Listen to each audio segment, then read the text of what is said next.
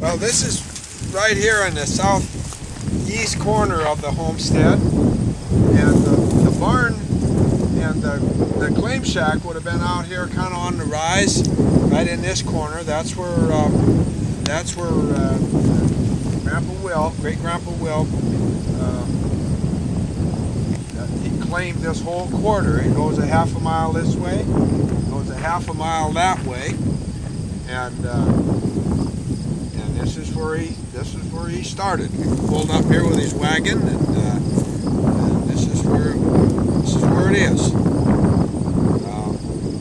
There's nothing left there of the buildings, or no trace of it. I've looked out here in the dirt when after they've taken the crop out and cultivated, and there's no sign of anything here. It's all been taken out. But now Dad took that out, right? Yeah, he took out some of that.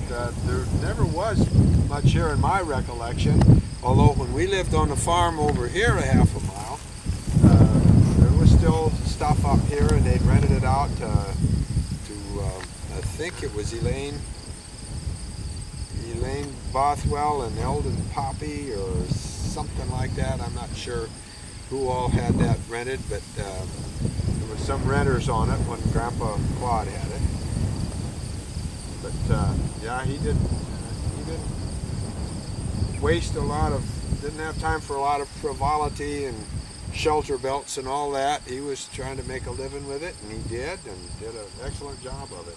There's some trees, there's cottonwoods over there on the corner that were probably just volunteered that were in a wet spot that he couldn't do anything with anyhow, and so he just left. Now, Will's father-in-law, Fountain, was over there then. They were just kind of, right? Yeah, he would have been, he had a timber homestead just about, it'd be about a mile here as the crow flies over to that timber homestead. But they went kind of corner to corner, right?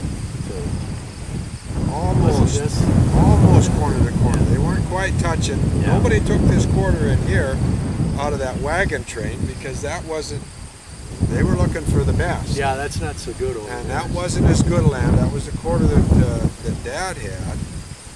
But it was more rolly and less cropland, more pasture land, that sort of thing.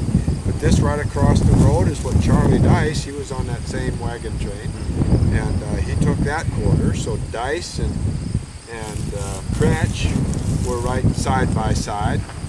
Winkapleck, also in that, was down the road about a half a mile, or about a mile, down to his place, and he picked out a pretty wet spot, and that wasn't quite so good down there. That was, they ended up selling that to the Fish and Wildlife Service. That was pretty wet. Yeah. And I think they had trouble. Now this is this is a quarter here, 160, right, or just shy of 160. Yep.